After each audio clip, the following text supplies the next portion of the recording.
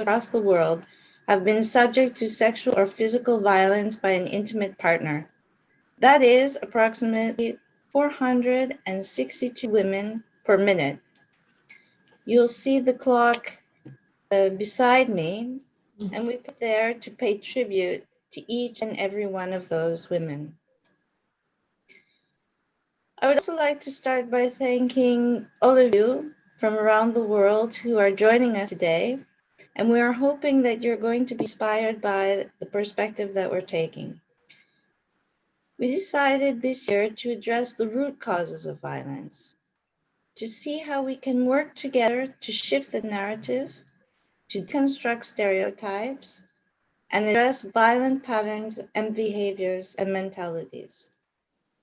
Indeed, over the past years, Promundo's global research tells us that if societies work to get rid of restrictive, harmful ideas, what it means to be a man, the man box, could reduce sexual violence by at least 69% and bullying and violence by 40%.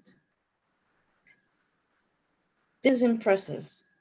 We need to work together, and that's why we've brought together for you today an expert panel that will share with us their vision and their experience on different ways that we can work together with men and boys in a feminist perspective to combat violent mentalities. So, a few housekeeping items before we begin. One, we want to make this conversation as open and as participatory as possible, so please, all of you who are joining us from around the world, you can enter your questions in chat.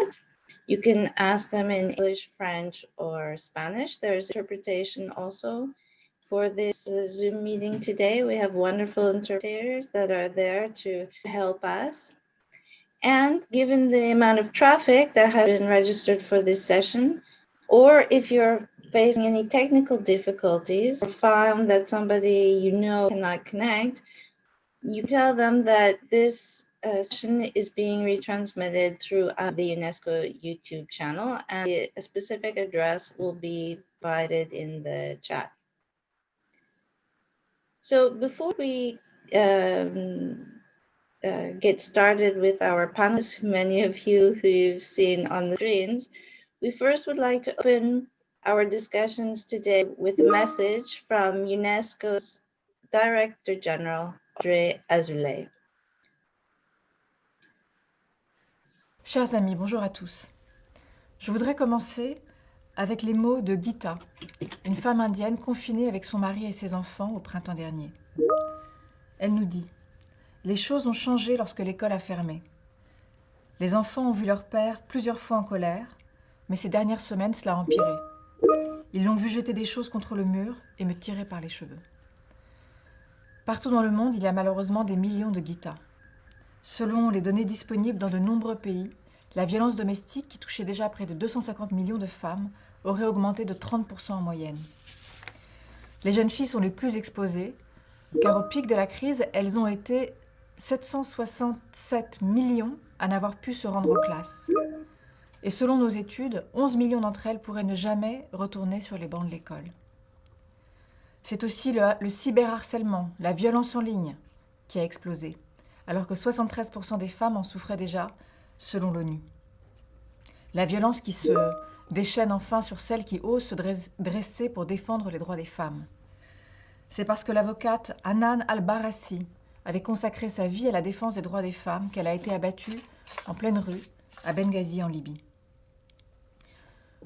La violence n'est pas que physique ou psychologique, elle est aussi économique et sociale. L'ONU Femmes estime ainsi qu'avec la récession mondiale, 47 millions de femmes de plus pourraient basculer dans la pauvreté.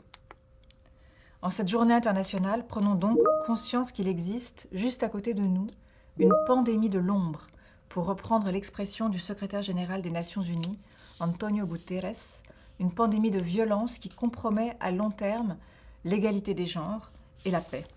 Ladies and gentlemen, 25 years after the historic World Conference in Beijing on Women, we have a duty to act now, without delay. That's the goal of this panel, whose participants I would like to thank, and I would like especially to thank Prime Minister Catherine Jacobs-Dottier for her unfailing commitment to this issue. We can only rise to this challenge by fighting for true gender equality. It's a priority for UNESCO, as you know, in all the fields covered by our mandate. Recently, through the Global Education Coalition, we've been helping girls return to school by supporting member states and developing targeted communications campaigns. More generally, in all the fields of our mandate, we're taking long-term action to fight enduring prejudice. In education, we're assisting states in their efforts to deconstruct stereotypes in textbooks. In science, we help advance the career of women scientists, physicists, geneticists, engineers, all those who remind us that science is not a question of gender. In artificial intelligence, we're working on a global standard-setting instrument to ensure that data collection and algorithms do not incorporate sexist stereotypes. And in the field of information, we're working to prevent the harassment of women journalists. This combat is one we are waging with women from all around the world. In the words of Gisèle Halimi, a feminist lawyer and former French ambassador to UNESCO, who passed away this summer, we, women, half of humanity, are on the march. I believe that we will no longer allow this oppression to continue. This combat is also one we must wage with boys and men because it concerns universal values, and I'm delighted that this is the focus of our discussions today. In the long term, this is the only way we will be able to end violence against women for the benefit of all. I thank you for your attention.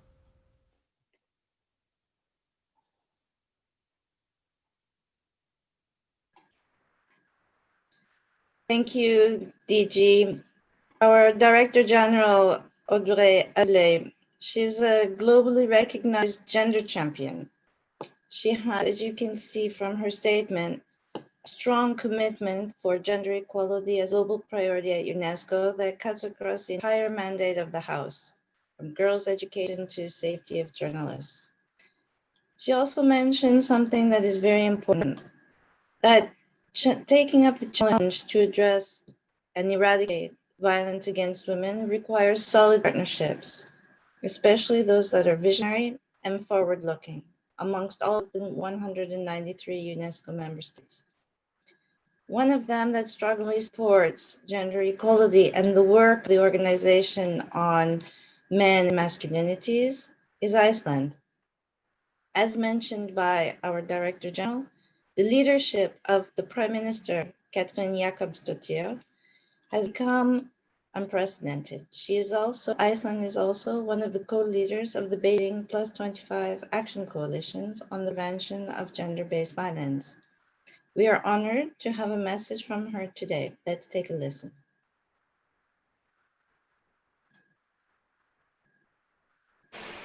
Dear guests, Excellencies, I am delighted to join you here today, and I would like to thank UNESCO for bringing us together for this important conversation on how to engage men and boys to address the root causes of violence against women. Sadly, we are far from eliminating violence against women and girls. The Me Too movement and the alarming escalation in gender-based violence against women we've seen as a result of the COVID-19 pandemic are a case in point.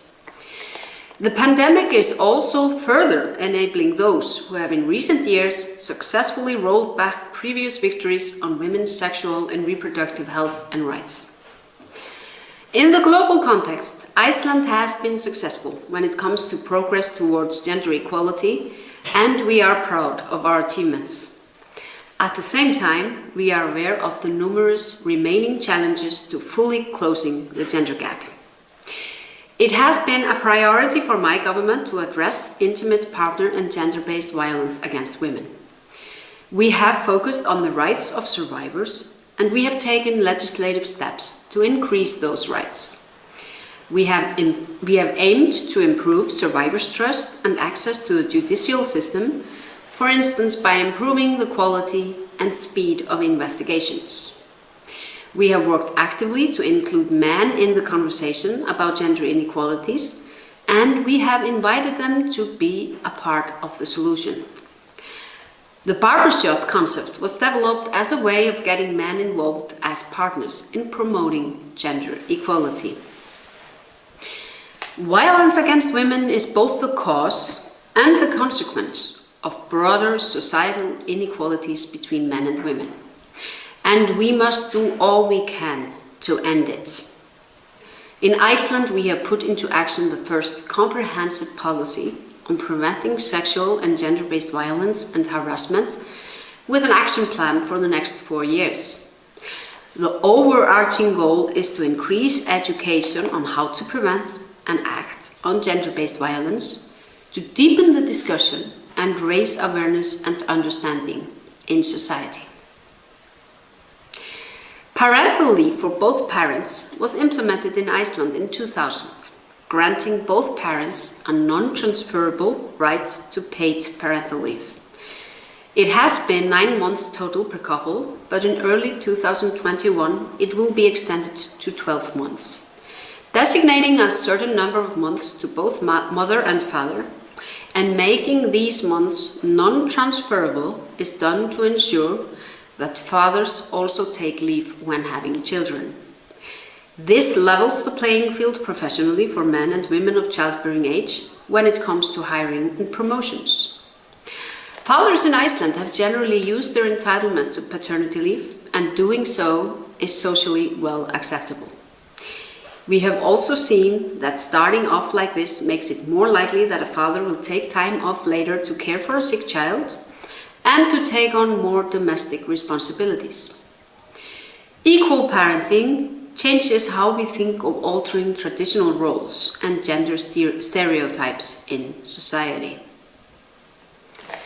Another important gender equality milestone was reached in 2009 and 2010, when the purchasing of sex was made illegal along with commercial displays of nudity, striptease acts, in restaurants. An absolute ban on the commercial exploitation of nudity of employees was also set. This type of legislation is based on the view that it is unacceptable to regard the human body as a saleable good. I wish to conclude by praising UN Women for celebrating the 25th anniversary of the Beijing Platform of Action with the ambitious Generation Equality Forum.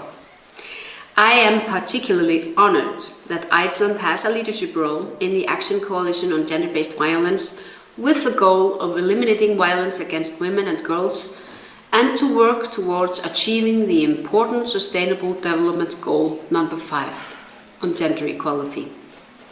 I wish you all an insightful and fruitful talk here today. Thank you.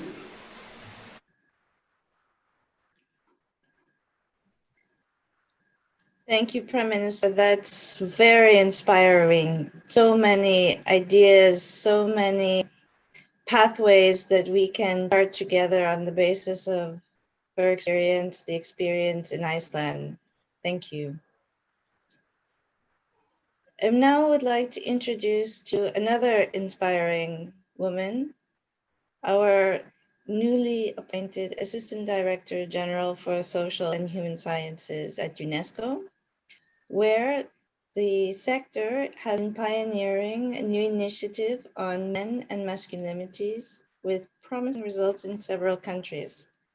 Ms. Gabriela Ramos, many of you already know her. She is a long-standing gender champion in the field of gender equality and women's empowerment, where she gained all of this experience throughout her very prestigious career from Mexico to OECD, and most recently as before joining UNESCO as Chief of Staff and Sherpa to the G20, G7, APAC, and OECD. Gabriela, please, I'd like to ask you to join us. Well, thank you. Thank you so much, Danielle, and great to have our friends here connecting in UNESCO. We have come a long way in many other projects. Great to have our DG with the message, and the Prime Minister. Thank you to the Ambassador of Iceland, Unur, but for allowing us to have her. It's always great to have the champions. And I have to say that this framing of the discussion today really wants to take us beyond the commonplaces. We need to go beyond the commonplaces when we're talking about violence. And I think this is the objective of the discussion today, transforming mentalities. This is something that we have talked long time ago, when we see that enacting laws, enacting incentives, enacting policies is fine, but it will not deliver as much as it could if we do not change the mentalities. And therefore, the approach that we are advancing on transforming mentalities, engaging men and boys in addressing the root causes of violence against women, it's really important. And I also want to thank, of course, our gender unit for the work that they've done, and my own unit on inclusion. But let me tell you that we have also gender champions in UNESCO, and the co-chairs of the Friends of Gender, the ambassador of Iceland and the ambassador of Oman were key for this event. But let me just start with the personal recollection. The very last event that I had last March in Presencia at the OECD was actually launching an action plan on to fight against violence. It was about domestic violence, but we also launched an action plan. And we wanted to go beyond of course, the evidence is important, the analysis is important, but we heard two testimonies that marked the way I see these topics. We heard Charlotte Neer, a woman who endured violence for 10 years from her husband, and that when she found herself capable of killing her husband, she just left home and started her own NGO. But this is a real experience. Or when we heard Luke Hart, a young man campaigning against violence just because he witnessed her mom dying in the hands of his dad. And to this, I can add thousands of stories of girls that are harassed, that are married young, that are trafficked, that are, we have it there, and we should not just concentrate in these stories, but we need to remember that this is about human suffering. And this is something that we need to react in a very important way. But let me tell you, who would have told us that 8 months after March, we would be discussing again in this fantastic day where we all joined forces to eliminate violence against women, but we will be sadly confirming that it's not only that we have not reduced the incidence of violence, but that the pandemic and the confinement measures have meant that it has increased substantially all over the world. 30% in France, 50% in Mexico, you name it, 20% in some other countries, but the reality is that it has increased. And who would have told us that Secretary General Guterres would call it the other pandemic? But the sad thing is that we hopefully are looking at the end of the light at the end of the tunnel for the COVID pandemic. We should be able to look at the light at the end of the tunnel for this other pandemic. It's not easy because the worst of the problem and besides the suffering that it brings to people, or even the economic cost that Gary has proven so well in the billions, the worst is that it is condoned, it is accepted.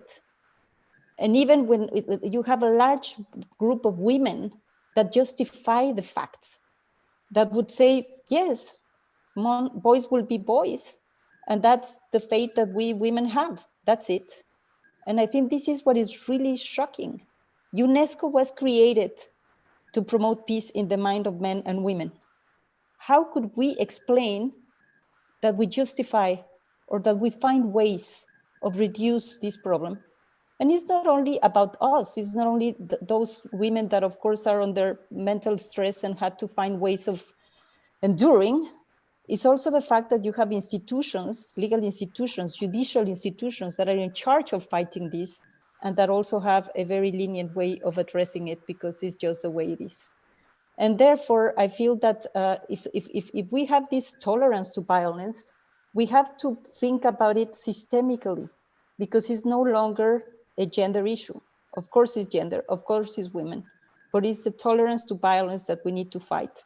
And therefore, the question of stereotyping, the question of reproducing dominant ideas and representations of what is considered appropriate behaviors should change.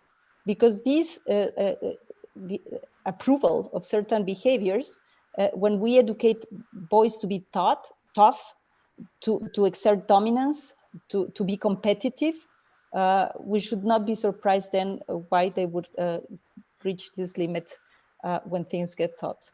So it's not only incredibly harmful for women and girls, it's also incredibly harmful for men and for boys that had to endure the very same kind of environment that we reproduce and that would be not so easy for them to cope with.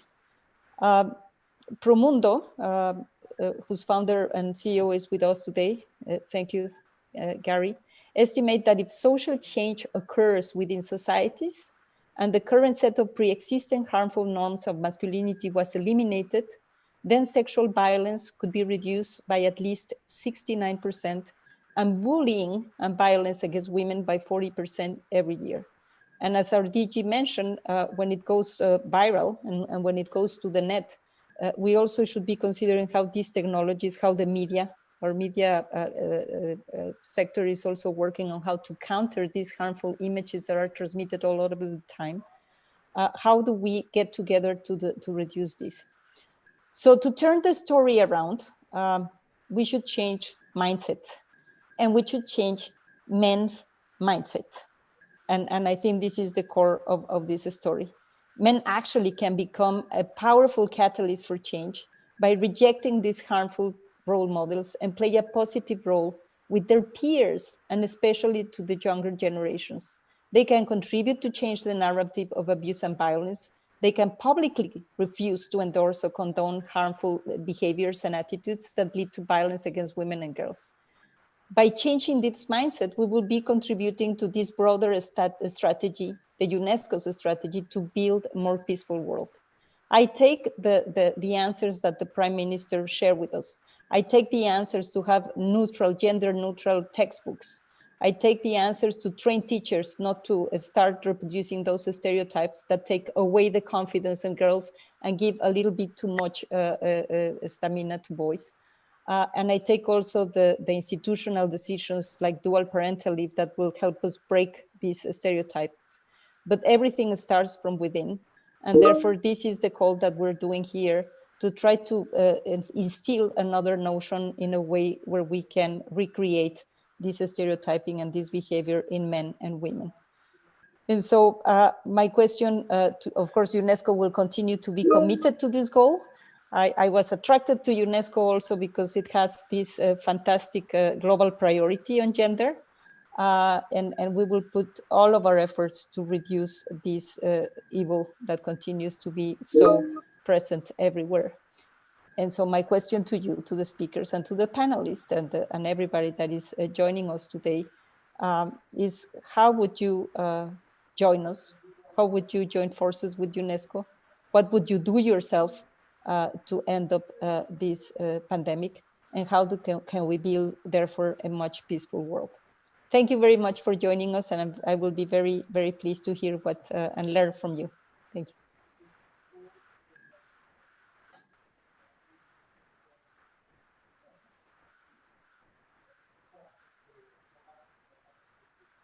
Thank you, Gabriela. You're not going away. You have just launched a challenge, a global challenge to all of us, and have really set all of the issues on the table. And we know that you're going to come back at the end of this session and gather together all of these ideas into what UNESCO is going to be launching as a call to action. So we look forward to hearing from you again at the end of this discussion with our esteemed panelists who are now online with us. I'd like to introduce them very briefly. Our first panelist is Dr. Barker. As Gabriela said to us, he's the CEO and founder of Promundo, which is one of the most influential, if not the most influential organization working on men and masculinities today. Hello, Gary. Can we just test your microphone? Absolutely. Hello, how are you? Thank you for joining us. Céline Bonner, thank you for joining us. You are the Executive Director of the Caring Foundation, who's been funding programs to support survivor-oriented women's centers locally. But you have also been pioneering some new work together with Dr. Barker that we look forward to hearing about. So welcome today. Thank you. Hello, everyone. I would also like to welcome Robert Coulter, who also told me I can call him Tim, is the president and the executive director of the Indian Law Resource Center, and his colleague, Mr. Christopher Foley, who is an attorney and who's leading this center's work on Safe Women, Strong Nations project. So hello, Robert. Hello, Christopher. Hello, Danielle. It's great to be here today. Christopher, can we just test your mic? Yes, good morning, everyone. Well, good morning for me anyways. Good afternoon to the rest of you. Thank you. We also have with us today Dr. Iris Schlaffer, who is the founder of Women Without Borders and who has been doing some very important work recently, working on the relationship between gender-based violence and the prevention of violent extremism. Hello, Dr. Schlaffer.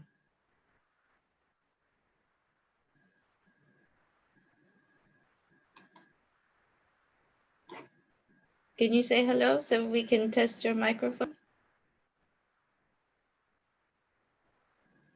Hello, can you hear me now? Yes, we Yes, can. wonderful. Pleasure being here with you. And we are also very happy to have with us Dr. Julio Pages, who's the director of the Ibero-American Network of Masculinities. He's a scholar and a researcher in the field of masculinities and has been doing a lot of work, a lot of successful work to combat violence among young men in Cuba. Welcome, Dr. Pages. We're happy to see you. There we are. Okay. What we're going to do is we're going to have two rounds of questions. Hola.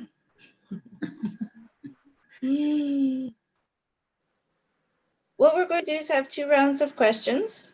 And we see already that the Q&A box is filling up, so which is a great news. We will have some questions for each of you from the Q&A box at the end. So we'll start with a question to Dr. Barker, Gary Barker. We've heard the statistics. We've heard about Promundo and the wealth of innovative studies that you've done on gender equality and masculinities. They show a tremendous rise in violence against women and girls, particularly during the COVID confinement. You, who's been doing this research for so many years, what do you find to be the most alarming developments? And what would you say are the most important or urgent measures we need to put in place right now to address them? Dr. Barker. Thanks, Danielle, and thanks, Gabriela, for the introduction and for the invitation and for doing this event. I want to start in response to the questions of affirming what we call this day and what we call this work. I think the language that we use becomes really important. We have alternatively said violence against women, gender-based violence, intimate partner violence. I think it's important that we affirm that we're overwhelmingly talking about men's violence against women. And why it's important to say that is that makes us look at power. We know that men's violence against women happens most in societies and settings and households where men hold greater economic and social power over women, and where there is impunity in terms of the use of that violence. By that, we mean that families don't respond, communities don't respond, states don't respond as they should to provide the protection that women need. I think it's also important to note what COVID means, and you've highlighted some of the data that's come out, a number of studies, and Gabriela, you cited that as well. COVID has been a horrible perfect storm for increasing vulnerability to violence. We've seen what COVID means for the work of the world's poorest women. They're typically those who are most likely to lose work or to have to work in dangerous situations. We've seen the increased burden of care work on women, and we've seen the economic stress on men that often reverberates in terms of their violence against female partners. COVID did not invent gender-based violence. It doesn't have a think, it doesn't think and say we're going to prey on this. What it does is make visible the vulnerabilities of the already vulnerable women around the world. We've learned a lot about which individual men are most likely to use violence. And I think it's important that we understand that as well, so that we look at the structural factors, but also the individual ones. From our research in nearly 50 countries with the International Men and Gender Equality Survey, many times carried out in partnership with UN agencies, we've seen that certain men have more likelihood of using violence against a female partner. Those are men who have witnessed violence growing up in their home, typically by their father, another man against their mother. Those men are nearly 3 times as likely to use violence against a female partner later on. Men who experience other forms of traumatic parenting or violence in school or at home are also more likely. If we add those 2 things, they're 4 times more likely to use violence. Men who hold harmful views about masculinity are about twice as likely to use violence against a female partner. All of this tells us that violence is a learned behavior among men. It is not part of who we are biologically. It is not innate in men. It is learned. And it also tells us that traumatized men are likely to traumatize others. That doesn't at all take away individual responsibility. That is not an excuse for men, but that tells us we must understand the underlying trauma as well as the underlying power that drives this.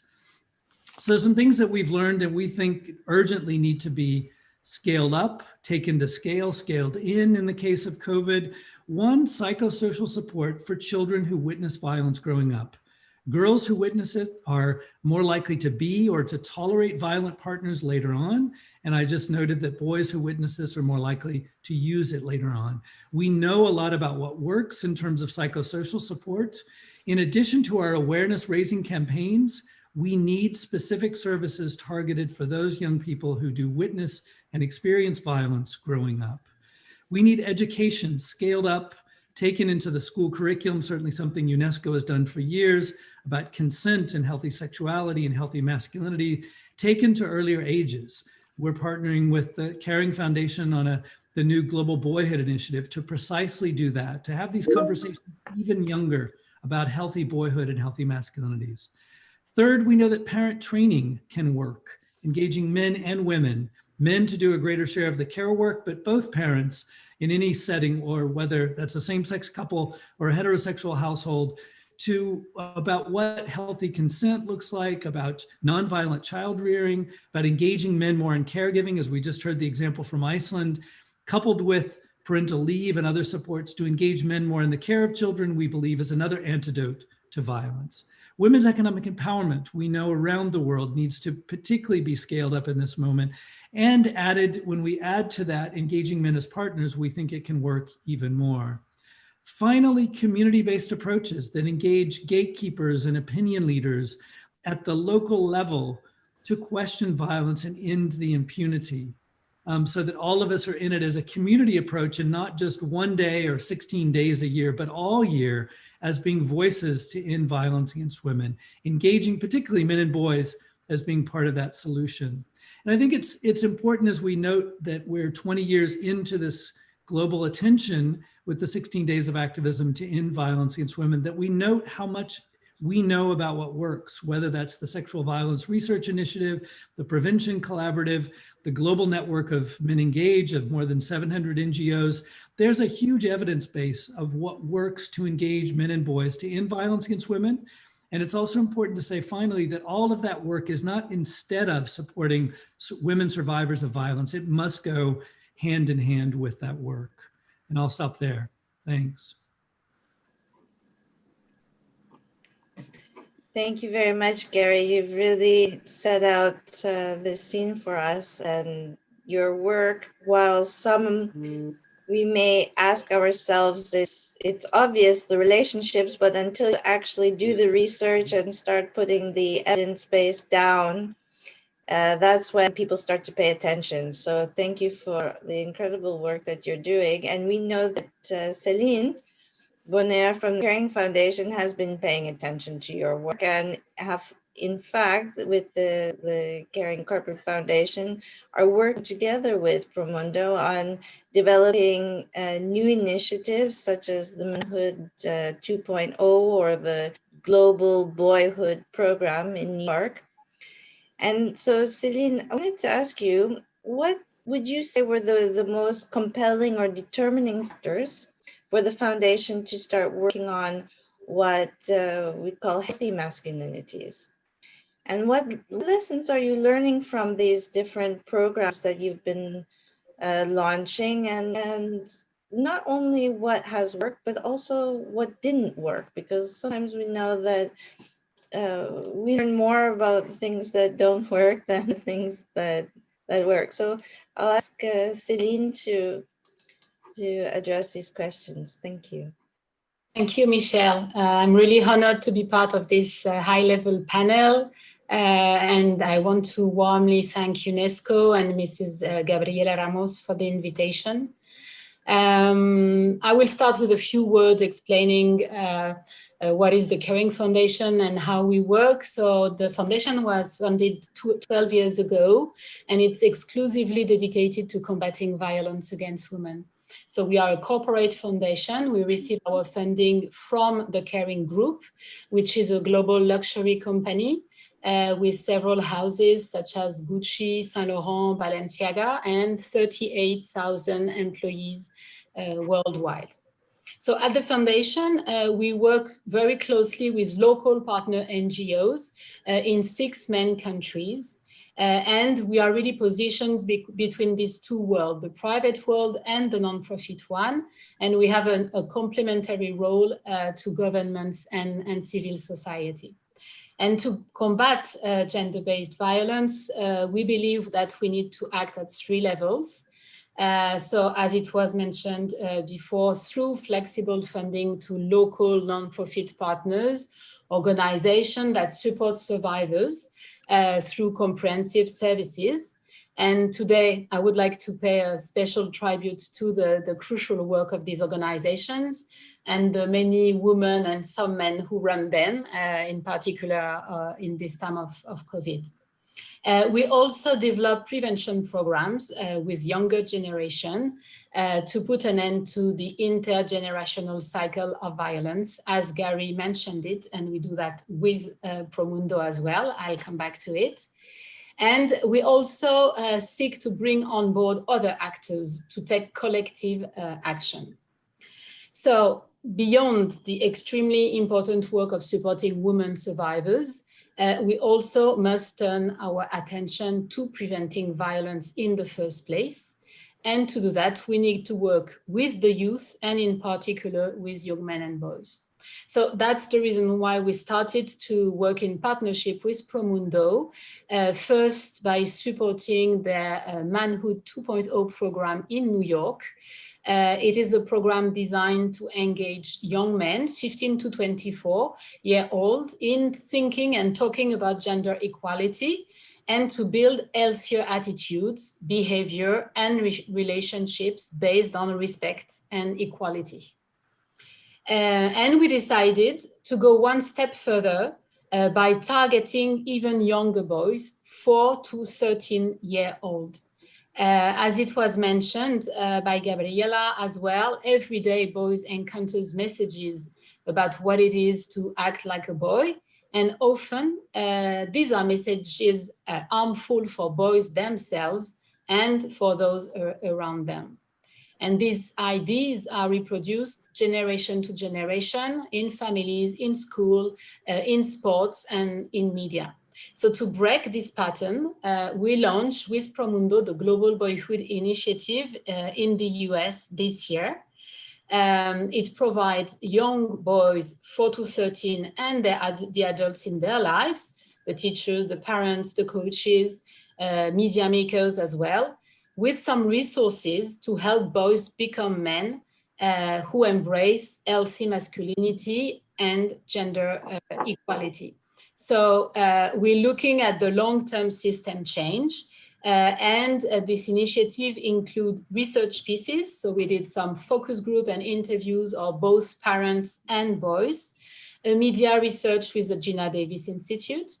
Then we built a digital platform with tools and content that we also shared inside the company for the parents at Caring, and a public-facing media campaign to widely spread the word. So moving forward, I strongly believe that to be effective in this combat against gender-based violence, we need to work all together to make change happen. And our ambition with Promundo is to take this initiative forward and bring the Global Boyhood Initiative to Europe and other countries to contribute to transforming mentalities.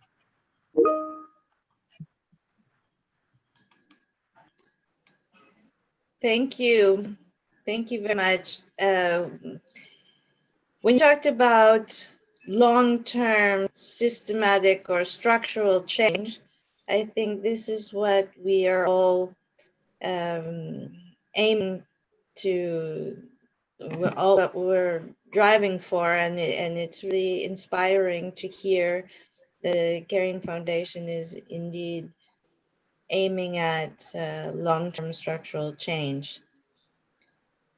I'd like to now ask Robert Coulter, just based on what Celine just told us.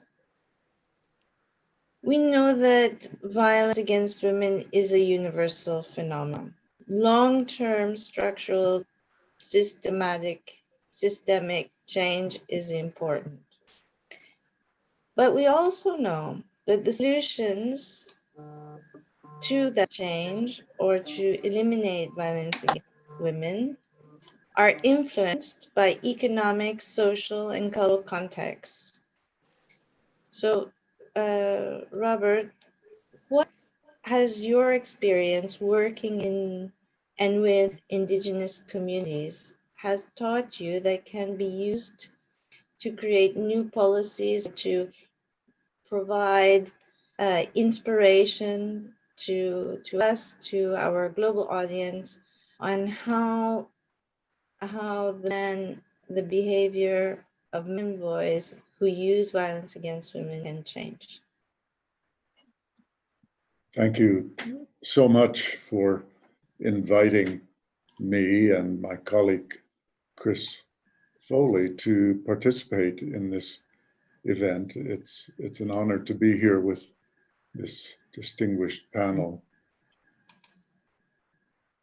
The topic and the question you've asked are very challenging, as everyone has said. And I hope that our experience can offer some modest increment to what is known or what may be done to meet that challenge. I can't say that we have any breakthrough or penetrating insight about it, but we are dealing with a peculiarly complex set of circumstances and contexts when we deal with violence against Indigenous women. The Indian Law Resource Center, as you've mentioned, is an American Indian legal organization that provides legal assistance without charge to Indigenous women's organizations in the Americas, to Indian peoples, Indigenous peoples in the Americas. And we deal with, of course, not just the problem of violence against Indigenous women, but with the whole array of Indigenous rights, human rights, and the questions of the issues of protection of the environment. But one of our most important projects is the project to combat violence against Indigenous women. It's complex for one thing, because the violence comes from two very different and mostly distinct categories of men. There are the non-Indigenous men who actually do the overwhelming part of the violence against Indigenous women. But Indigenous men also are perpetrators. According to the United States government's own statistics, Indigenous women experience violence from non-Indigenous men at a far greater rate than any other group of women in the United States. The vast majority of American Indian and Alaska Native female victims of sexual violence experience violence at the hands of a non-Native perpetrator. 21% have experienced violence at the hands of an Indigenous perpetrator. More than 4 in 5 American Indian and Alaska Native women, that is about 89%, have experienced stalking by a non-Native perpetrator. Now, Indigenous peoples also live in small communities, generally speaking. And generally speaking, they live in communities that are relatively remote, even isolated. And this is a particular circumstance that has to be dealt with. But the men who perpetrate the violence can come from almost anywhere, and they tend to come from men working in extractive industries, men working on infrastructure projects like dams, highways, and so forth, and also in commercial agriculture, farming, and so on. Now, I say that to indicate that the responses and the things that can be done, the things that must be done, have to be quite varied to address the different circumstances and the different categories of perpetrators. Responses need to be culturally specific. They very often need to be specific to the particular tribe or Indigenous community concerned. People and cultures and values and ideas are not all the same, and the cultural mechanisms, the social mechanisms that exist in Indigenous communities vary from elsewhere, but they vary from one to another. They're not all the same. I do think, however, that Indigenous communities all over the world share a lot of these characteristics. When it comes to policies and programs, we look to Indigenous women and the priorities that they set and that they choose to pursue, and we work to assist them. In fact, a good deal of what they prioritize, they are programs that address mentalities and ideas of men. And so, well, one of them that my colleague Chris Foley will address is the problem of impunity or lack of ability to control in non-Indigenous men in Indian communities, but he will address that in a few minutes. One of our efforts that was in partnership with Indigenous women's organizations was a video campaign that had as its goal to educate, motivate, and build ideas among Indigenous men particularly, but other men too. This video campaign was made up of a number of short videos that are available on our website, www.indianlaw.org. You can see them there. part of that video campaign was aimed at just general awareness raising, because that too is important. In order for men to know about and perhaps adopt better ideas, they first need to be aware of the issue. They need to be aware of the importance and seriousness of the issue. There have to be new ideas brought to their attention and to the attention of the public. And there has been some success, I think, in the United States with the communications work that has been done, not just by my organization, but lots of Indigenous organizations, to call attention to the problem of missing and murdered Indigenous women. That seems to be successful. We don't have hard data. I'm envious of the data and evidence that Promundo has mentioned. We'll be looking at that. That's very encouraging. But some of the efforts that we feel also may have been helpful are the various forms of human rights advocacy at the international level, because like the videos, like the general communications efforts, they have the characteristic of building and educating about social, cultural, and moral norms or standards. And by that, I mean particularly norms and standards about male behavior and male attitudes toward women and violence. It's fundamental to do that, and I think there's a lot of work left to do in that respect. And so our human rights advocacy at the international level, I think we can say may have had some success. Sorry, Robert. Sorry. Out at the end. Yeah, we do move forward now. That's fine, yes.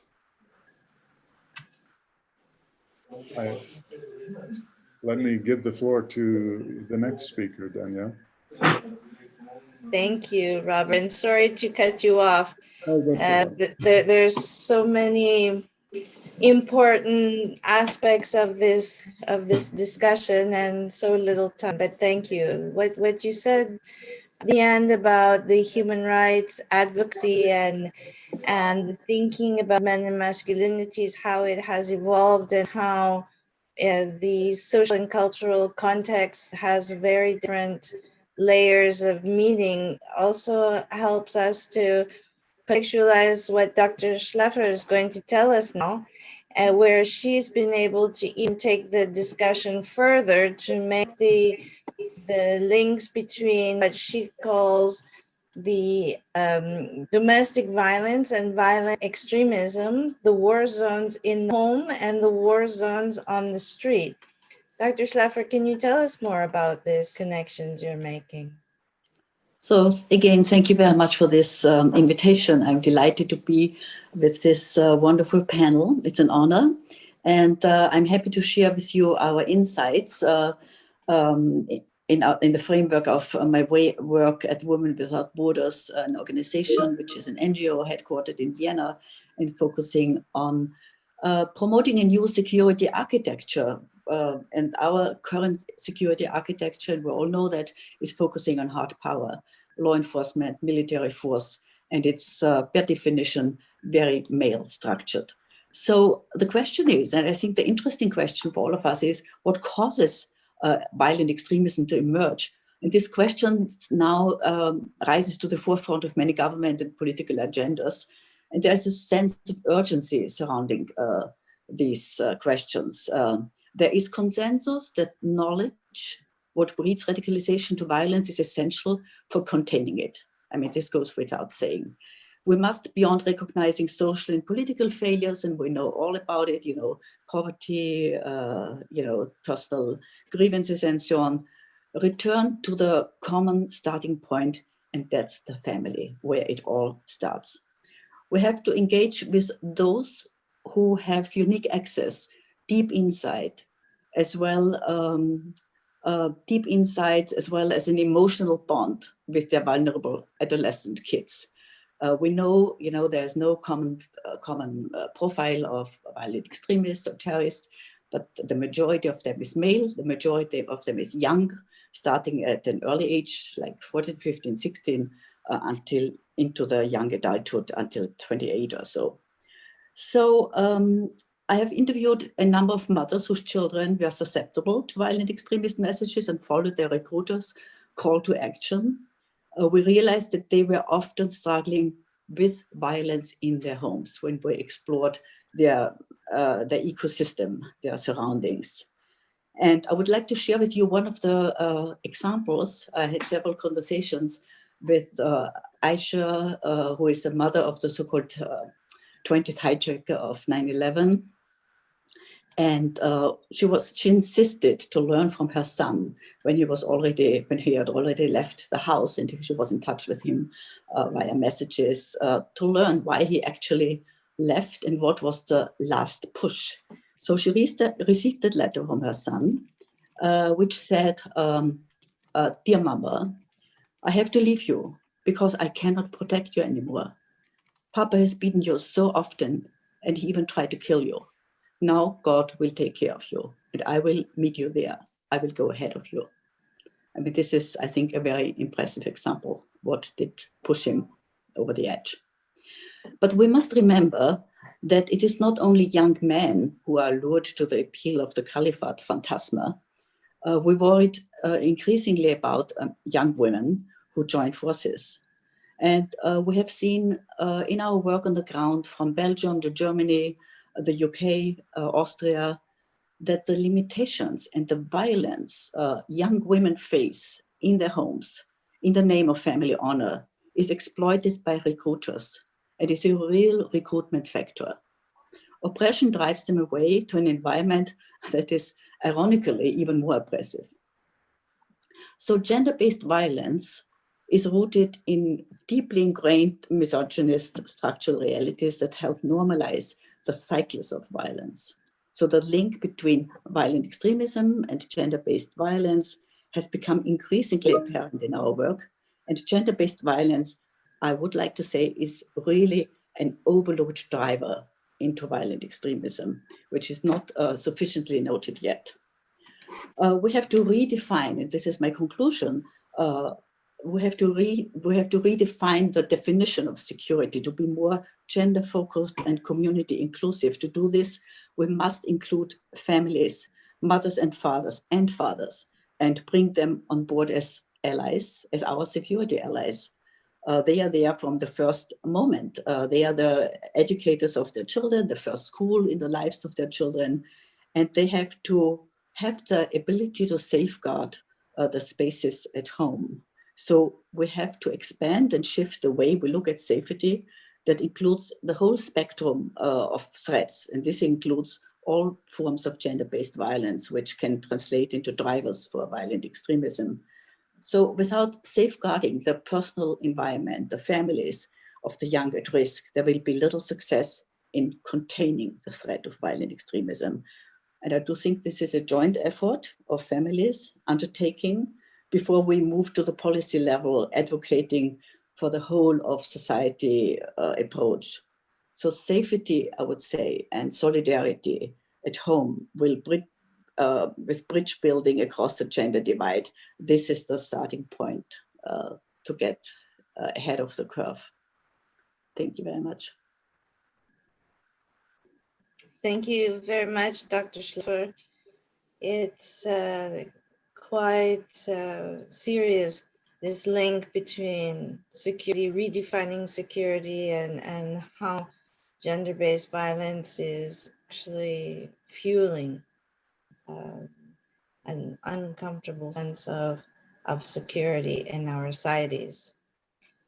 You know, listening to all of you, we sort of take it for granted that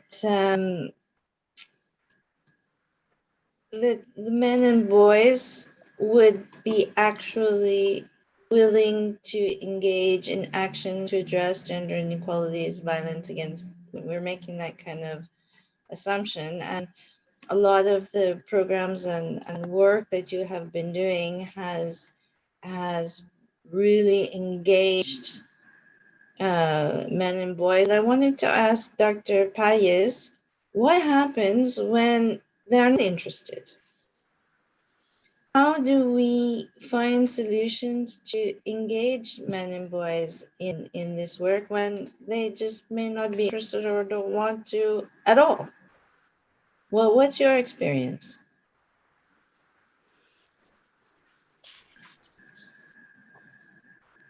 Dr. buenos Payez. días. Buenos días. Sí, sí, buenos días. Un placer saludarlos acá desde La Habana. Para nosotros ha sido un reto desde que hicimos la red iberoamericana y africana de masculinidades, involucrar a hombres comunes, sobre todo porque ¿qué le ofrecemos a los hombres cuando decimos que tienen que cambiar? Es decir, ¿en qué escenario intervenimos? Y muchas veces en la cultura y en el propio deporte hay ámbitos de resistencias para poder hacer ese cambio. Se supone que parte de la masculinidad hegemónica es practicar deporte. ¿Qué podemos hacer para desde el propio deporte, por ejemplo, originar cambio? ¿Qué forma de socialización? En la cultura también tenemos un tema importante, es decir, consumimos una cultura machista de una forma acrítica. Es decir, estamos constantemente expuestos a la televisión, a la radio. En el caso de Cuba, que es un país tan musical, oímos todo el tiempo una música sexista, una música machista. Entonces, yo creo que por muchas políticas, por muchas cosas que tratemos de impulsar, si no cambiamos la cultura, si no cambiamos la educación, poco vamos a variar los hombres, porque es como un espiral todo el tiempo. Es decir, por un lado está el discurso del cambio, pero por otro lado están los productos que consumimos. Y desde la red de masculinidad hemos empezado los cambios desde las escuelas. Por ejemplo, tenemos un programa de intervención en un barrio muy vulnerable de La Habana, donde los jóvenes tienen la posibilidad a través del fútbol de un cambio, pero no es a través solamente de un juego de fútbol, sino de un intercambio con jóvenes de la universidad. Y en ese intercambio, es decir, muchas veces hay nuevas formas de socializar. Invitamos a la familia a que participen. Es decir, se trata de una intervención mucho más allá de la persona que está involucrada, sino de todo su entorno. Y estoy convencido por lo que está sucediendo ahí, por las prácticas que estamos teniendo, de que si uno no involucra a la familia, si no involucra al barrio, es muy difícil este cambio. Porque si un hombre cambia su actitud machista y violenta y después viene a una casa o a un barrio violento, va a ser muy difícil que sea aceptado. Se va a ver como un hombre, en el caso de Cuba, como un hombre feminizado, como un hombre poco viril. Y entonces yo creo que las herramientas del cambio que estamos dando tienen que ser herramientas sostenibles. Así que esta persona realmente pueda ejercer su liderazgo y su cambio de una forma positiva. Y por eso yo creo que el gran reto es saber, es decir, qué sostenibilidad tendría el cambio que aspiramos para nosotros los hombres. Si seguimos, educando, si seguimos consumiendo una cultura machista y sexista. Y creo que esto es parte de lo que estamos haciendo. Yo sé que tenemos muy poco tiempo para poder dialogar de forma amplia, pero a todas las personas que están oyendo, nosotros tenemos un manual de buenas prácticas aplicadas, pero que no es una vacuna. Yo creo que para el machismo no existe vacuna, es decir, no es un virus, es algo más letal todavía, es decir, es desestructurar lo que estamos consumiendo como educación y cultura. Por eso nos alegra estar en la UNESCO, que es un organismo que impulsa esta política, porque confiamos que si cambiamos la cultura y la educación, sí vamos a lograr que los hombres tengan otro tipo de masculinidad, y ahí va a estar cuando la violencia, es decir, nosotros vamos a desaprenderla. Igual que la aprendimos, la desaprenderemos. No sé si yo me estoy ajustando un poco al tiempo que me dijeron que tenía para hablar, para darle paso a las otras personas que quieren hablar. ¿Sí? Thank you very much, Dr. Payez. No, there is no vaccine right now for gender-based violence. This is something that we need to build up our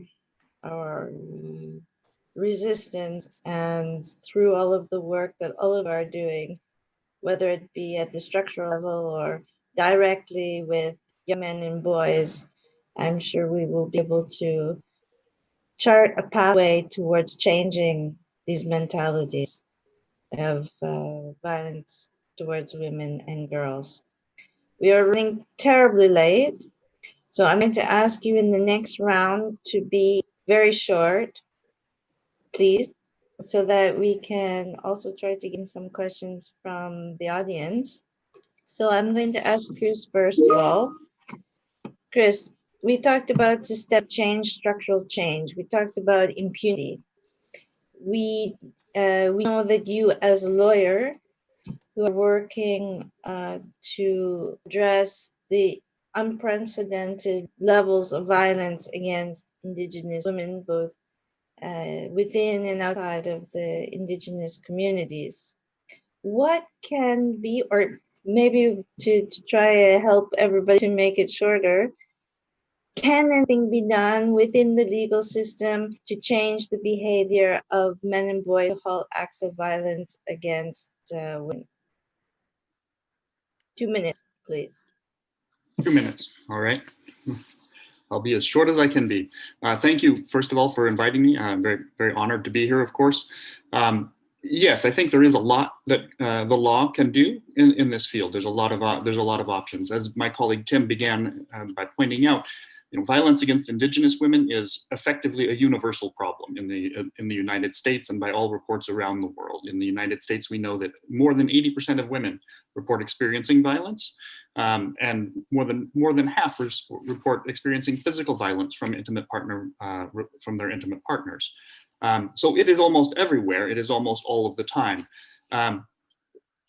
The legal response to this, as Tim also alluded to, has to account for two different things, right? There's violence that comes from outside of the community, from non-Indigenous men, and there's violence that comes from within the community, from Indigenous men. The legal response to this, we do two different kinds of work in response to this, right? We do work to change the jurisdictional laws, the rules about who gets to prosecute crimes, so that Indigenous governments have the ability to respond to crimes committed on their territories against Indigenous women. That's really trying to get at the problem of non-Indigenous men committing crimes in Indian country on our lands and territories. That's one thing. The second thing that we do is we work with Indigenous women's organizations and with Indigenous governments to help them build the judicial responses, to build their court systems, to build their capacity to respond in a legal way to these crimes. The purpose of that is, partly we're still working on, getting a criminal justice response to outsiders coming in and committing crimes. That's true. But we're also trying to help them build laws and build legal responses that reflect local community values, that reflect the local teachings, the voices, and the languages that our Indigenous communities are based on. We need to do that because without a culturally resonant legal response, without laws that sound in our belief systems, in our traditions, we end up with this disjunction where the laws and standards simply don't reflect what we understand within our communities. And the purpose of that is to attempt to get at the problem of violence committed within our communities by Indigenous men against Indigenous women. So those are two different legal approaches that we try and pursue at the same time. I think I'll just stop there because of the short time. There's a lot more that I could obviously say, but we'll pause. Thank you, Chris. Actually, I think the most powerful thing you said is that a legal system is a system of values. It's not just a word on paper. And when we put in practice a system to prosecute men and boys who are being violent against women in any culture or any situation, that's when we start to set standards that can be enforceable. So thank you for that. Dr. Edith Schlaffer, I have a question for you. Because you created the network, the SAVE network, the Sisters Against Violent Extremism network. It's the first female counter-extremism platform that exists. Is it possible to involve men and boys in this network, or do you think that it's more necessary to create a separate network in order to start working with men and boys? Sorry, you're muted. Yeah, We can't hear yes. you. There we go. I thank you for this question, because I must honestly say we struggled exactly with that question over a decade, I must say. We worked intensely over the last decade, creating a methodology to bring women, an educational methodology to bring women into the space, to train them, to educate them, to sensitize them, how to engage with their children at home, children at risk, particularly adolescent children, to teach them about, drivers, education, about the potential they might have, being more involved, knowledgeable about developmental stages, realizing and recognizing the first signs of radicalization. But we could soon see that fathers often were sort of a barrier in these efforts, of course. And I must say, we were not immediately brave enough to jump on the mission, to bring in the fathers. So being a group of researchers, we embarked on a research project surveying over 600 fathers who were concerned about the development of their adolescent kids in terms of being potentially drawn into, they call it bad company, or which goes until the other side of the spectrum is recruitment. And what we found there, it was in Uganda, and in the survey was looking at 600 fathers in Uganda and in Tanzania. What we saw was really uncertainty about their role as fathers, and also about the role in containing the threat of extremism in their immediate environment. But they had a huge interest to protect their children, particularly from the threat of extremism. That shows the emotional connectivity. They want to protect their children, but very often they don't have the means. They don't have the means to express themselves. So we used our network, this platform of the Safe Sisters, which spans across 20 countries, to get in touch with male stakeholders. We first worked with the women, created this network of mother schools. We have by now trained thousands of mothers across several geographies. And now, we could see that we opened the space to include the fathers. They actually we didn't have to persuade them. They took really a serious interest, because this taboo topic and this the stigma around extremism and violence and violent extremism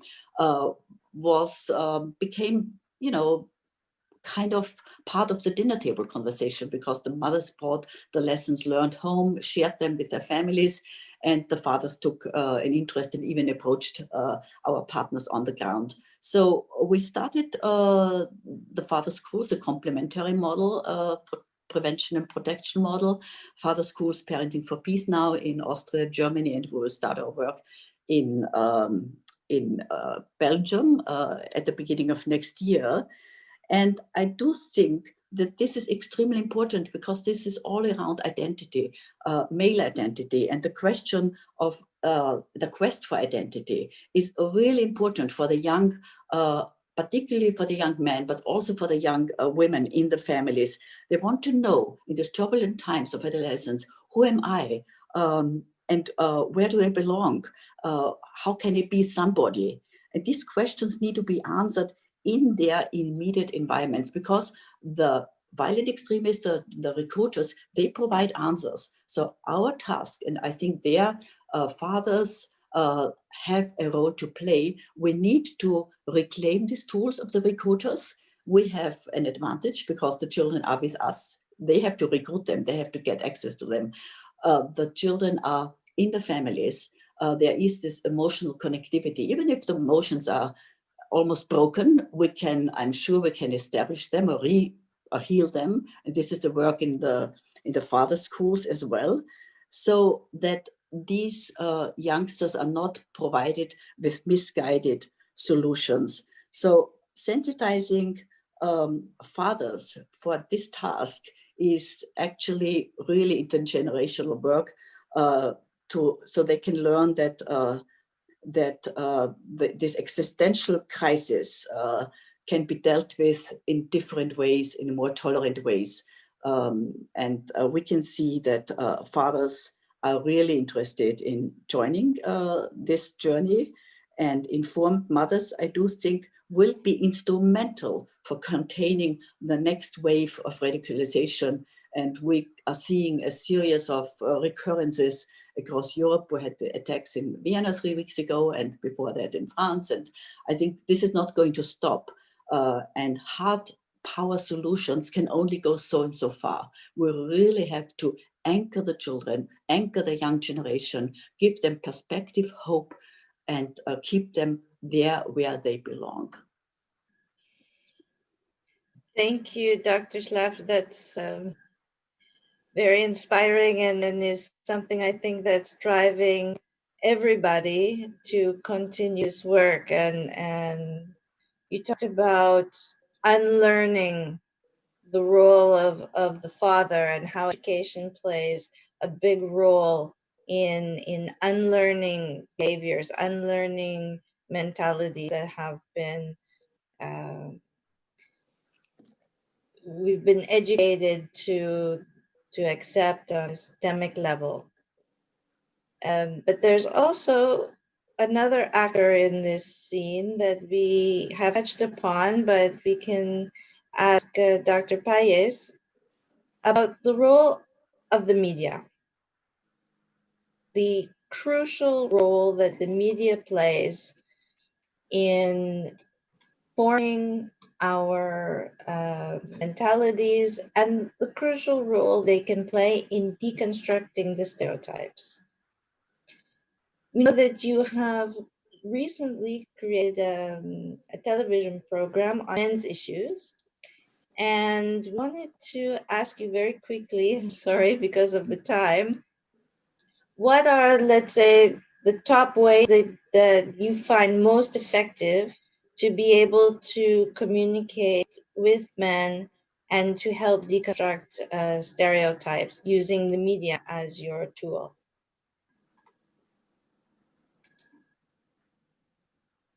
Dr. Payés, please go ahead. Muchas gracias. Nosotros tenemos una experiencia desde Cuba de un programa que llamamos Cosas de Hombres, que es una frase muy utilizada por los hombres cuando vamos a hablar de nuestros temas, y son 13 programas que tuvimos que establecer alianza con todos los grupos que trabajan temáticas de masculinidades.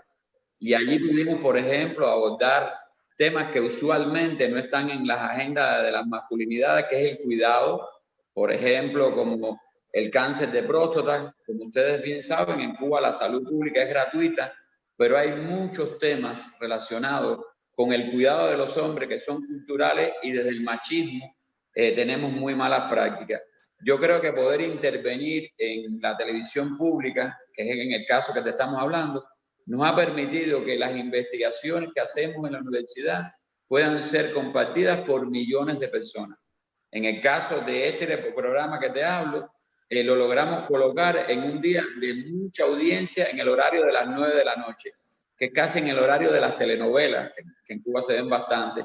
Y entonces ha sido muy bueno que en ese horario donde tenemos muchas personas conectadas o viendo la televisión, se puedan hablar de temas de paternidad, por ejemplo, cómo construimos una paternidad responsable, temas como el bullying con los muchachos jóvenes en las escuelas, cómo podemos utilizar el deporte y la música para transformar nuestras masculinidades. Yo creo que para eso lo más importante es las alianzas entre los diferentes grupos. Y para este proyecto nosotros hemos podido tener la alianza, por ejemplo, con la Federación de Mujeres Cubanas, con grupos de mujeres. Es decir, se ha tratado de unir, no se trata solamente de crear como guetos de trabajo entre hombres y mujeres, sino al revés, estrategias de alianza. Y que las personas vean que cualquier cambio a nivel social lleva a la incorporación de todas las personas. Y sobre todo, nuestro discurso ha estado dirigido a los más jóvenes, que ya muchas veces no ven ni la televisión, es decir, que están muy más conectados a Internet y a otros medios alternativos. También hemos logrado captar estas audiencias con temáticas como, por ejemplo, la música que se consumen En el Caribe se consume mucha música violenta, sin embargo las personas piensan que a la hora de bailar y de disfrutar no hay que relajarse, no hay que ser tan militante. Y yo creo que esos son espacios que se pierden. Yo creo que la militancia no es algo que uno la ponga y la quite, uno la lleva todo el tiempo. Y yo creo que eso ha sido muy importante en la televisión. Hemos tenido una respuesta muy positiva de las personas, mucho más de la que esperábamos. Y de hecho ya se quiere que logremos hacer una segunda temporada con temas más específicos. Yo te digo que si no estamos con estas agendas en los grandes debates mediáticos, por mucho que intentemos avanzar, nos vamos a quedar en microespacios. Por eso la alianza de la academia, del activismo y de los medios de comunicación es muy importante. Para nosotros también fue muy importante en la Universidad de La Habana formar el liderazgo entre varones jóvenes en temas de investigación. En el tiempo de profesor dentro de la universidad tuve la posibilidad de formar más de 30 hombres que son líderes ahora en diferentes temáticas. Ahora con mucho orgullo lo hemos tenido en estos programas de televisión liderando. Yo creo que tenemos que formar multiplicadores pares, pero formarlos de verdad, no personas que tengan miedo a la hora de enfrentar estas temáticas. Creo que debe existir una mayor militancia política por parte de nosotros los hombres en las agendas gubernamentales, en las agendas sociales, con este tipo de discursos. No que nos vean como una excepción, no que vean a Gary, a Pagés como personas solamente intentando empujar algo, sino que cualquier persona desde cualquier lugar del mundo puede iniciar este cambio. Por eso creo que una aliada fundamental es los medios de comunicación, y en el caso particular de nosotros en Cuba, la televisión ha sido muy importante porque nos permite llegar a millones de personas con algo, ¿entiendes? Con un producto, con un spot, y que logra cambiar en cualquier lugar del país donde se esté viendo, logra motivar a un hombre a este cambio al que estamos aspirando. Muchas gracias. Thank you, Dr. Pais. We have 2 more questions left before we then go to the third and last part of our discussion today. I would like to ask Céline. Céline, we've heard about different aspects, and we know that the foundation, the Caring Foundation, is taking a holistic approach to gender issues, and that's driving the way it's investing in concrete actions. But how do you convince other private sector actors to actually engage in programs which are aimed at behavioral change of actions to combat violence against women? Yeah, so if I come back to the genesis of the Caring Foundation, it's the strong commitment from a man, our chairman and CEO, François-Henri Pinault, when the topic was still a taboo. And his conviction from the start was that violence against women is a business critical issue as well. And as a company, we believe that it's our responsibility to address violence against women, and in particular, to offer a supportive workplace for women survivors. It was natural to first engage our employees in this combat when we started.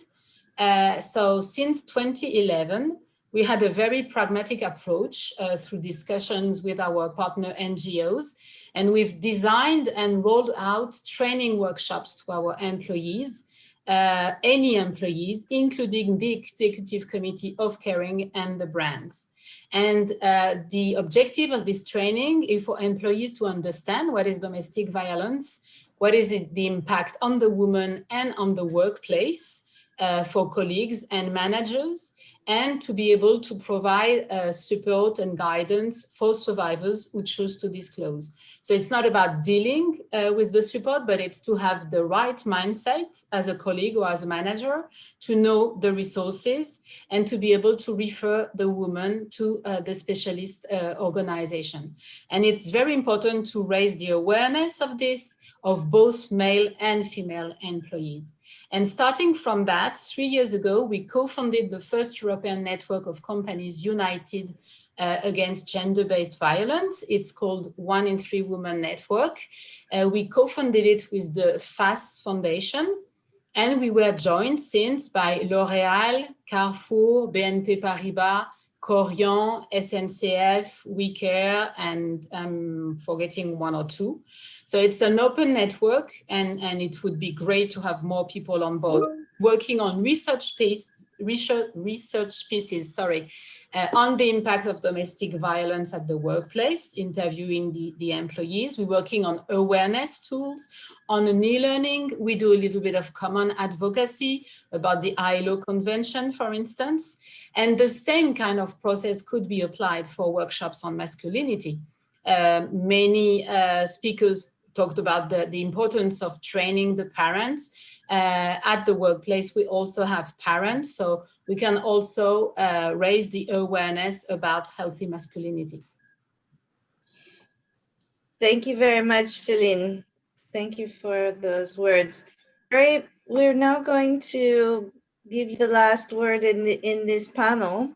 After hearing about all of these different aspects, all the experience that you have in this field, where do we go from here? How do we do that? What's your vision now? How do we take this forward? Well, I think it's bad form to give last form to a man, and a white man for that matter, but I'll want to give the word to recognize what all of you have said, which is, I think 3 things for me call out. One is, I think we're all clear that we need a new script for our sons. We need to, at all levels, whether we're working in Native American populations with communities affected by extremist violence, whether we're working in corporations, all examples that you've highlighted, we all need to be together to be promoting healthy masculinities. The examples that Julio talked about of using school and education curriculum and media, we need sports leagues, part of that. We need early childhood education, part of coming up with a new script for our sons. We've done some amazing work to empower girls over the years. We're not done with that. But I think the script that we need for our sons of a healthy, connected, caring version of masculinity, I think is one of our urgencies out there. And I think we've got some ideas on how to do that. Second, if we're talking about structural, we often just leave that word hanging. That means families need access to income.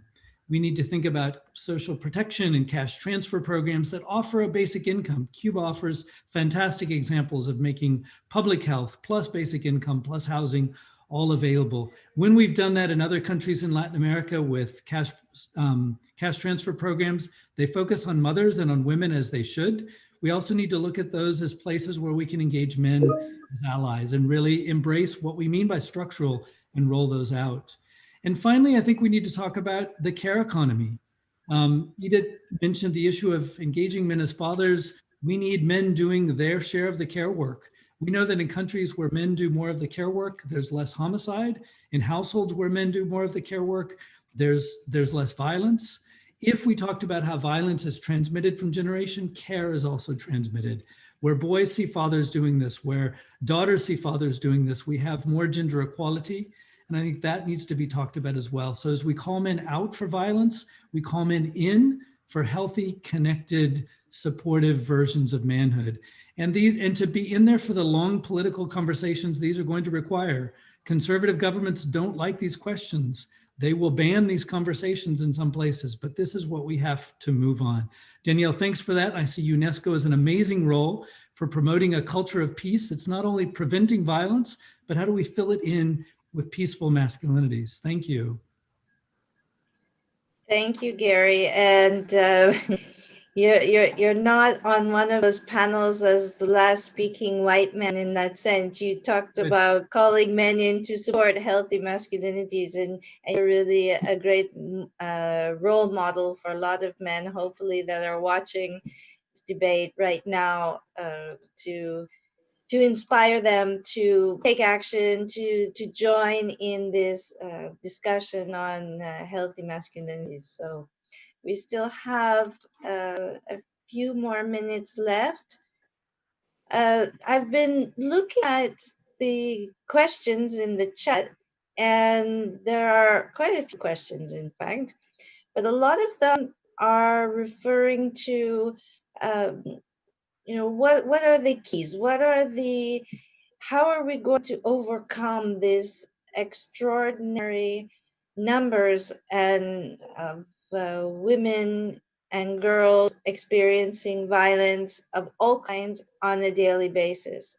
This requires, as some persons in the chat indicate, supporting the notion or working with men to reject the notion that women are property. It's about taking legal action to ensure that women are safeguarded against violence. There's also quite a few comments talking about the actual huge road we have ahead in order to be able to unlearn certain hegemonic pedagogies of what it means to be a man. We see a lot of comments about really changing mentalities using both media and education.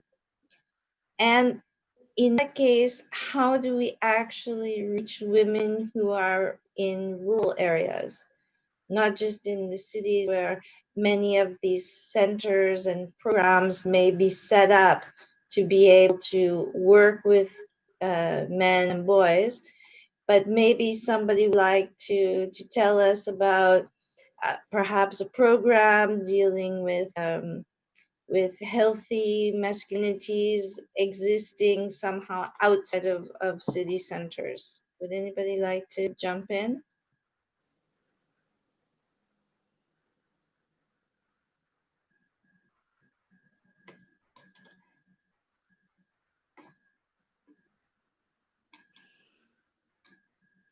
No?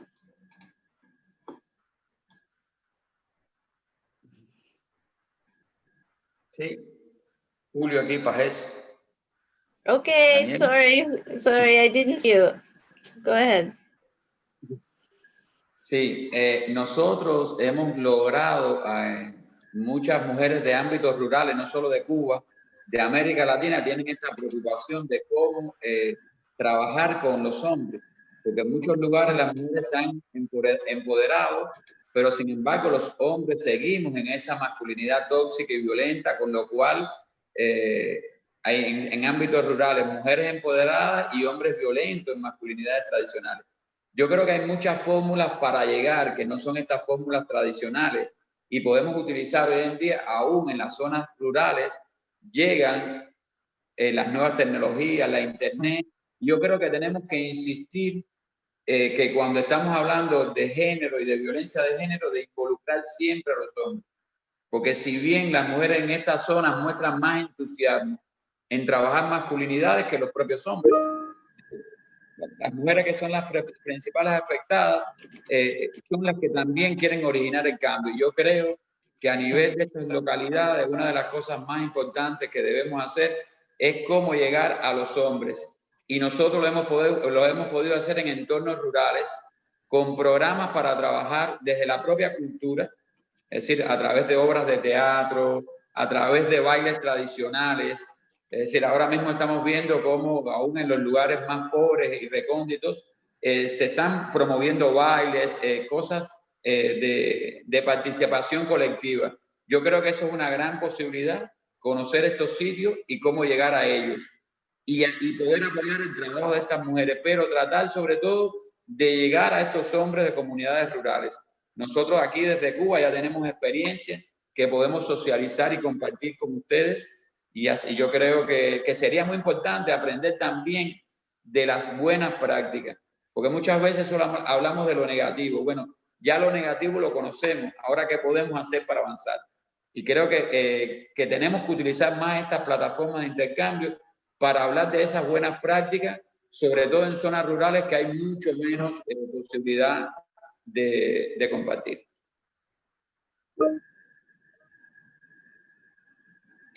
Thank you very much, Julio. We've had such a rich discussion today about transforming mentalities, deconstructing stereotypes, working towards the goal of this International Day of the UN, which is to eliminate violence against women and girls.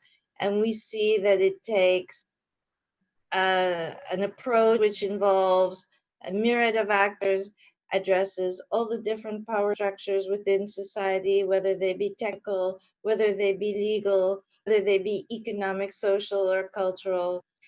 We have a lot of work to do, and I'm so grateful for all of your participation today and for all of the very important information that you've been sharing with people.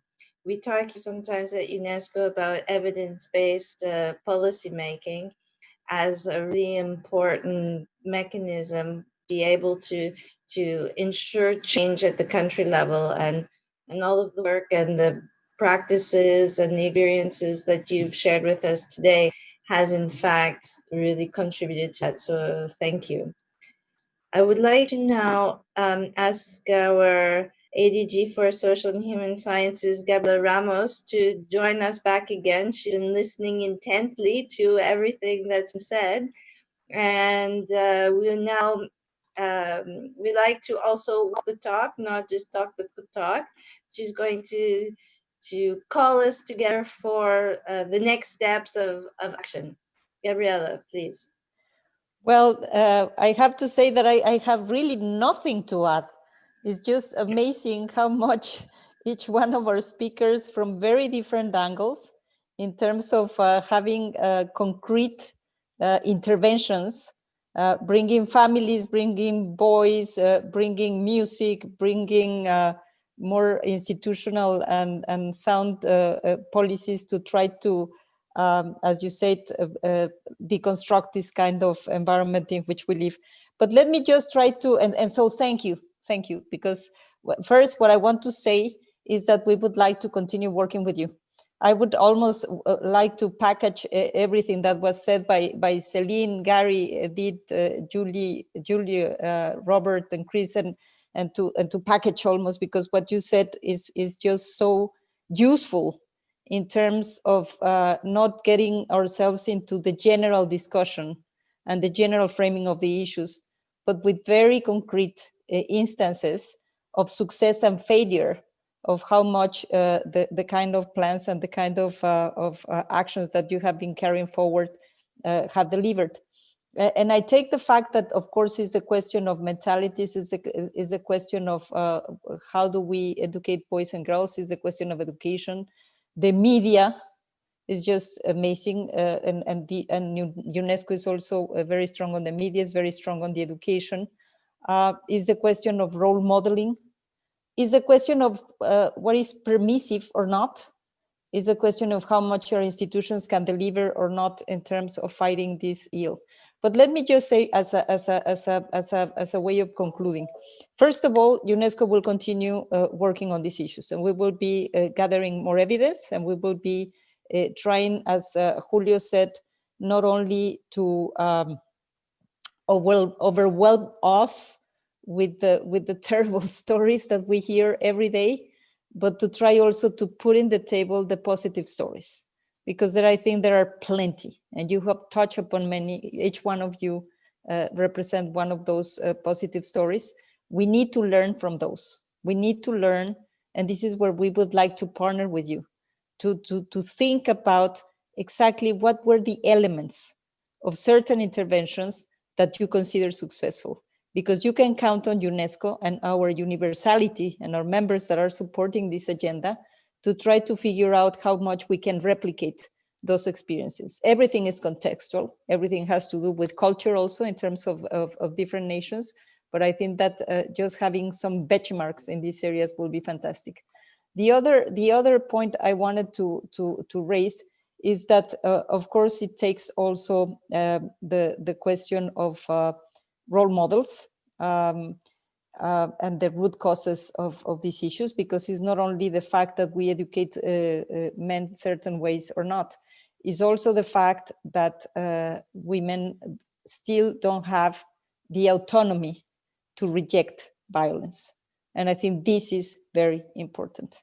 We should not forget that there are also very core issues that are not only the mental issue, the mindsets, but also the preconditions, the economic and social preconditions that really create this never-ending story where women cannot escape their aggressors. I agree with Gary. I think from now on, I promise, I would always say men's violence against women, men violence against women, because that's what it is. But at the same time, I feel that we should neither fall into packaging all men in one bag. I think that there are different expressions, and what we're talking about is to deliver on what UNESCO was created for, to promote a culture of peace and to try to deliver better ways in which we can really address these problems. The question of a call to action, I think this is a very important point. Our call to action, of course, cannot be detached from the context we are living. And as I said at the beginning, yes, we should continue raising our voice, as our great leader Phumzile has told us, and Orange for 16 days the world. But the fact is that we should not forget that right now, in the context of COVID, there are few countries that are really featuring gender lens policies. And I think we should continue pushing for this, because while we speak about how to construct a more peaceful world, we need to give answers to those women that today are experiencing violence and don't have the hotline and don't have the institutions and don't have the resources, don't have the shelters. So I think that more than anything, we should continue on that score and join the voices that have really called on countries to feature this more straightforward, and actually to put the gender lens to the policies and to the packages that countries have put together to counter the pandemic, but also in the way we will be building forward in one way or another, we hope better, with legislations, with institutions, with resources to address this very complicated situation. And then, of course, we need to also gather the evidence of why this is going to build better societies. Let me tell you that when I was the Sherpa at the G20, and then we said we need to increase labor force participation of women in the labor force, in the markets, everybody was saying that's not for leaders, that's not for the G20, that's not for the economy, that's not for the... And I said, okay, so if the moral ground is not enough, if that's not enough call, let's just put the evidence of how much economic growth that will bring. And you made it, Gary, also, as I said at the beginning, in demonstrating the cost, but we did it in the positive way, demonstrated the benefit. And it was 2 percentage points of GDP on reducing the gap in labor force participation on 25% by 2025. So we also need to build these case studies that will give us also the convincing elements of why this is positive also from other perspectives. And as I said, UNESCO, with the very different areas in which we are operating already, with the global competencies in the education, with the neutral textbooks, with the issues related to against biases in our recommendation on artificial intelligence, with the media work, the protection of women journalists, and the fight against all this reproduction of biases and violence in the social networks or in the media. But we will be bring together this exercise and to have a stakeholder approach, as you all say. But we in the social and human science sector, we will also be looking at how to end discrimination and violence. Our member states have asked us to scale up our work in the fight against racism and discrimination, and this is including based on gender. And so we are now developing an anti-discriminatory roadmap, which comprises a scanning project to strengthen institutional and legal frameworks, affirmative action, and positive discrimination in public and private sectors, and anti-biases training that will also touch upon and reduce gender stereotypes. So this call to action is to push for change and foster accountability so that our efforts also include, as I said at the beginning, all the tools that we have, policies, legislation, practices, mechanisms, interventions to eliminate men's violence against women and girls, and to provide safe and comprehensive services for those affected. So as you see, we are committed. We will continue to be committed. As I said at the beginning, I wish we didn't have a day for the elimination of men's violence against women, but we have it. So let's make the best out of it. And let's at least have the opportunity to have you together with us, joining forces and giving us confidence that we can change and that we can improve the world for the future generations. Thank you so much.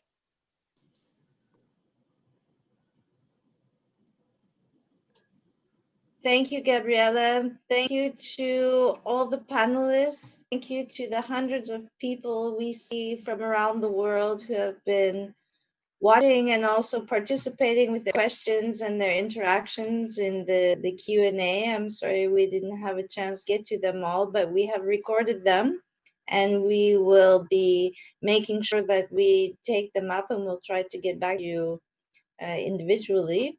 So thank you for your participation. Thank you for your attention. And as Gabriela said, there's lots of work still ahead and we want to work together with you. And there's an opportunity, of course, coming up in the context of the Generation Equality Forum, which is on its way. We'll be working very actively next week with the forums in Mexico and again in Paris. And so we will leave you with a message that we've received from the Deputy Executive Director of UN Women, Mrs. Asa Renger, who will issue this invitation for us to continue this global dialogue, to work together with you at the local level, to work together with the member states, and come together in the Generation Equality Forum next year. So goodbye from Paris and keep safe. Dear friends, thank you so much to UNESCO for having us today and for organizing this important conversation about violence against women on the International Day for the Elimination of Violence Against Women, 25th of November. Over the past few months, we've seen a spike in men's violence against women. That's why the Secretary General took the initiative to appeal early during the pandemic for member states to take action to prevent men's violence against women, as well as take action when the violence happens. Although 146 countries listened to this appeal, which is very positive, and also took measures to prevent and stop the violence, we have seen an increase around 20 to 30% globally in the world, we estimate. The measures that member states took it was very positive that they did take them, but unfortunately they were often ad hoc, not completely implemented, and also underfunded. In order to put pressure on implementation and funding for gender equality, so that we do see that actually also reality changes for women and girls in the world, UN Women, together with the rest of the UN system, has taken an initiative called Generation Equality. Within Generation Equality and the two forums taking place next year in Mexico and in Paris, we are also designing something called action coalitions. These action coalitions represent strategic areas important to push for that change that we need. One of the action coalitions, obviously, is around violence against women and gender-based violence. It is led by member states, international organizations, private sector, and civil society, including young people's organizations. With this work, we want to push for the realization of women's and girls' rights and the prevention of violence to stop the impunity that is very common around violence against women, and to make sure that member states really have the infrastructure in place both to prevent and protect when it comes to violence against women. This is a huge problem, and the UN or UN Women cannot solve it alone. We depend on partnerships. One very important partnership that we already have is the one with the EU. It is the UN system together with the EU, which has a program called Spotlight, as it is today. And in the future work on the action coalitions and generation equality, we will build on the results and the experiences and the knowledge that we have from Spotlight, but also from all the work that we are doing from UN Women's side on a daily basis in all the countries where we work. We can't do this alone, obviously, and that's why you're arranging this important discussion today. We need to work together, and we are very happy to do so with all of you. Thank you so much for having us. Good luck today.